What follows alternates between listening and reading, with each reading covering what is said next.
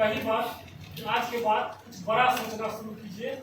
तो साल में 12, 10, 15 पॉलिसी पर मत करिए और इससे न आपका भला होने वाला है न ऐसी, और आपको आने वाले दिनों में बहुत सारी कठिनाइयों का सामना करना पड़ेगा।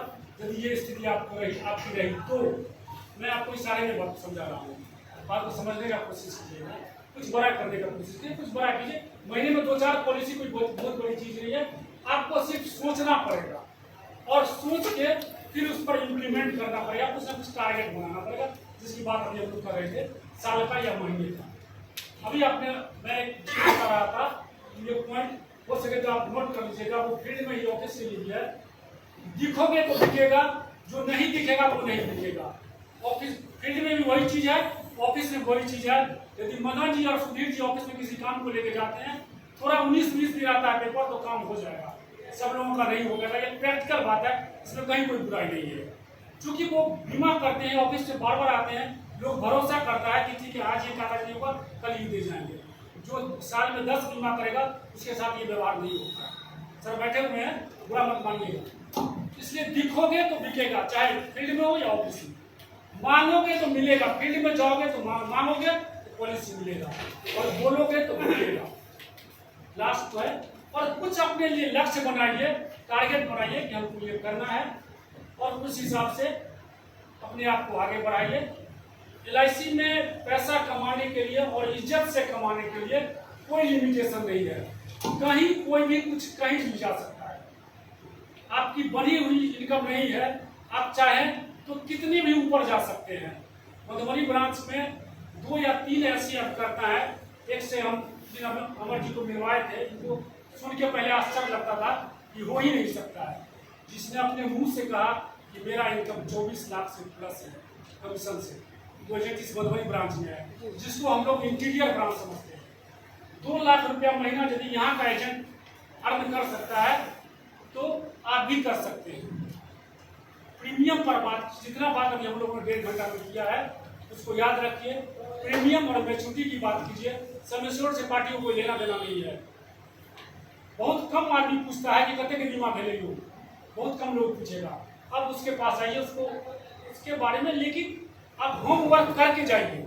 जिसके पास हम जा रहे हैं सीधे गृह बीमा के लिए कभी पता नहीं है उसका इनकम क्या है, उसका खर्चा क्या है, उसके पास बच्चे हैं कि नहीं, उसको मैरिज इन्वेस्टमेंट पॉलिसी समझा रहे हैं, जीवन लक्ष्य समझा रहे हैं, बच्चा है ही नहीं है उसको।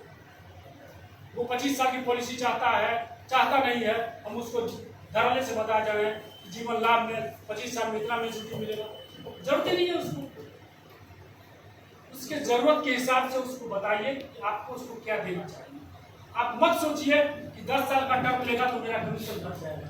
आप ये सोचिए कि 10 साल का टर्म जब लेता है तो प्रीमियम बड़ा होगा, इसमें मेरा कमीशन मेकअप कर जाएगा और पॉलिसी तो बिक जाएगी, एक आदमी तो मेरा हो जाएगा। और जब कोई एक पॉलिसी लेता है आपका, तो वो एक आदमी नहीं होता है, एक पॉलिसी नहीं होता है, वो अनेकों पॉलिसी का द्वार खोलता है। आपके पास समझ होना चाहिए, आपके पास सोच होना चाहिए। जब आपकी पॉलिसी लेते हैं, मैं जो ब्यौरा देता हूँ, ऊपर का पन्ना रफ पेज देता हूँ प्रोपोजल में, ब्रजेश भैया भी देते होंगे, उसके नीचे एक कॉलम लिखा हुआ है, आपको पढ़ते नहीं है। मैं बार बार पढ़ाने की कोशिश करता हूँ कि आप रिफरेंस के लिए 2 लोगों का नाम लीजिए।